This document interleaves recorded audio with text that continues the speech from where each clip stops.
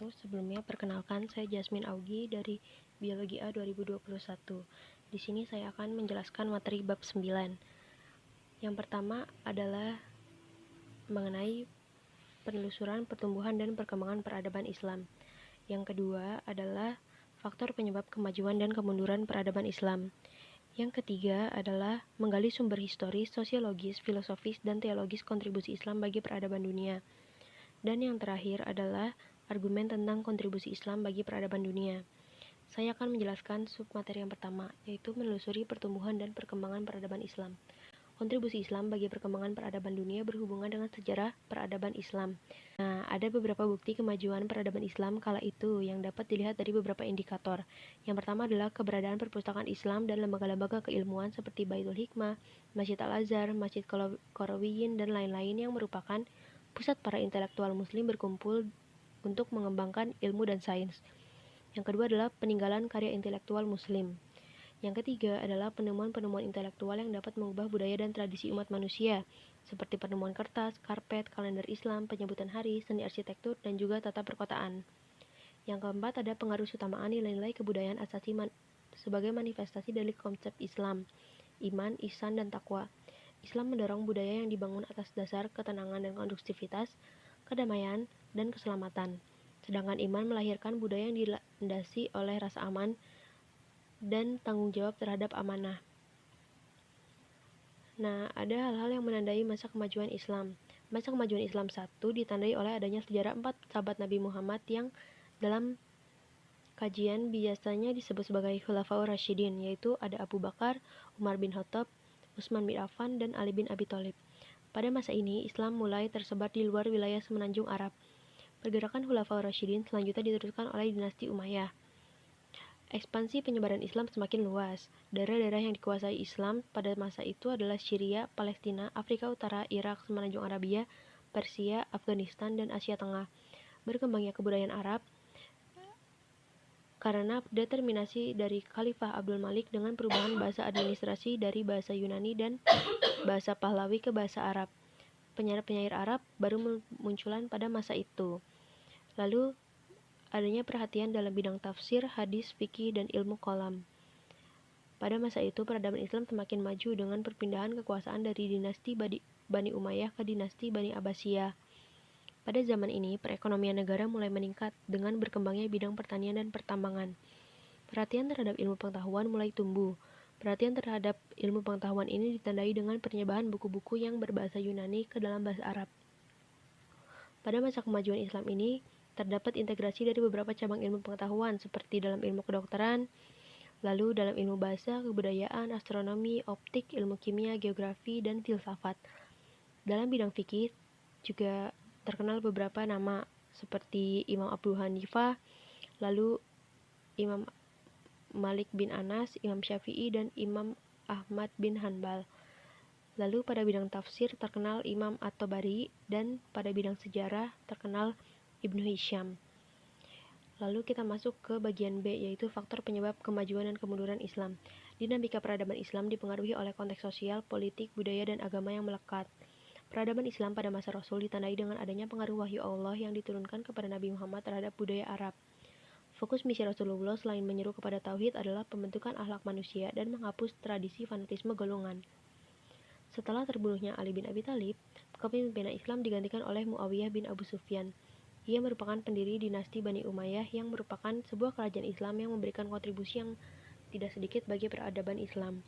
Bani Umayyah memberikan kontribusi seperti pengembangan bahasa Arab, seni, ilmu-ilmu agama seperti fikih, tafsir, hadis, dan lain-lain. Lalu pada masa itu tercatat nama Abul Aswad Ad-Duali yang merupakan penyusun gramatika Arab dengan memberikan titik pada huruf-huruf hijaiyah yang semulanya tidak bertitik. Dan Bani Umayyah juga telah membuka terjadinya kontrak antar bangsa muslim dengan beberapa negara yang mempunyai tradisi luhur seperti Mesir, Persia, Eropa, dan sebagainya.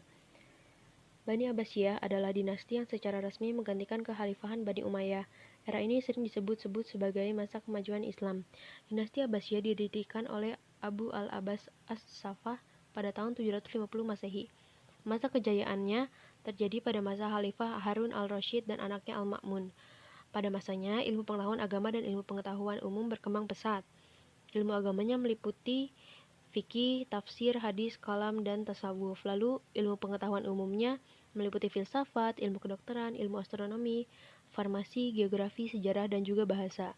Nah, faktor dari kemajuan peradaban Islam pada masa Bani Abbasiyah itu diantaranya terjadi asimilasi antara bangsa Arab dengan bangsa-bangsa lain yang telah mengalami perkembangan ilmu pengetahuan. Yang kedua adalah adanya gerakan penerjemahan buku-buku kebudayaan Yunani ke dalam bahasa Arab. Tapi masa kejayaan Islam mulai memudar seiring runtuhnya kerajaan Bani Abbasiyah. Akhirnya, kekuasaan dinasti Abbasiyah merupakan periode pertengahan. Hal ini dikarenakan pada masa ini umat Islam hanya sibuk dengan urusan perang untuk mempertahankan sekaligus merebut kekuasaan. Masa peradaban Islam di Spanyol merupakan masa transisi dari kemajuan peradaban di Eropa sampai kehancuran peradaban Islam di Spanyol menandai berhentinya kemajuan peradaban Islam. Beberapa faktornya adalah adanya konflik penguasa Islam dengan penguasa Kristen, lalu tidak ada ideologi pemersatu dan juga kesulitan ekonomi. Dan yang ketiga adalah tidak jelasnya sistem peralihan kekuasaan. Masuk ke bagian C, yaitu menggali sumber historis, sosiologis, filosofis, dan teologis kontribusi Islam bagi peradaban dunia.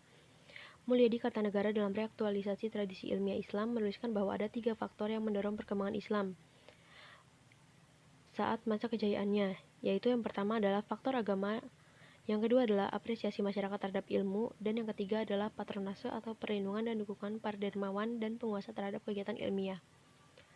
Ada satu kutipan dari Montgomery Watt yang menyatakan bahwa dalam sejarah perkembangannya, Islam mampu membuktikan sikap terbuka sehingga proses asimilasi budaya dapat berlangsung baik. Keterbukaan Islam merupakan kontribusi konkret dalam perkembangan peradaban umat manusia yang selanjutnya.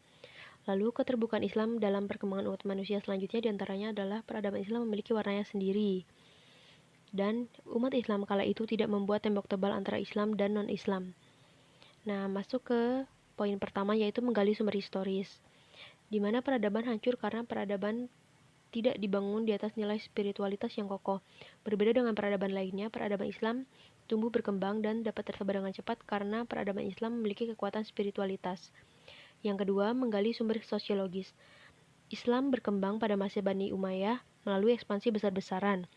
Lalu, sampai akhirnya di Spanyol. Dari peradaban Islam yang ada di Spanyol, Islam mampu memberikan pengaruh besar kepada dunia barat. Dan Islam juga berkembang melalui karya-karya ilmuwan. Lalu, secara kultural, agama Islam yang ini memiliki sikap terbuka sehingga mereka positif terhadap budaya bangsa-bangsa lain. Yang ketiga, menelusuri sumber filosofis dan teologis. Semangat para filsuf dan ilmuwan Islam untuk mengembangkan ilmu pengetahuan tidak lepas dari semangat ajaran Islam sebagaimana perintah Allah. Dan itu merupakan dasar teologis yang dengan melakukan pengkajian lebih sistematis dan sumber-sumber ajaran agama dan penghargaan yang lebih baik. Lalu secara filosofisnya, Islam memiliki semangat pembangun peradaban yang oleh Nabi Muhammad diterjemahkan dalam bentuk masyarakat madani. Nah, tapi dalam membangun peradaban, umat muslim seringkali mendapat hambatan dalam dirinya sendiri seperti sikap anti barat dan juga pertentangan yang terjadi antara kaum filsuf dan kaum tasawuf. Masuk ke bagian D, yaitu argumen tentang kontribusi Islam bagi peradaban dunia, di mana adanya optimalisasi potensi akal, karena Allah telah menganugerahi manusia dengan potensi akal dan hati atau kalbu.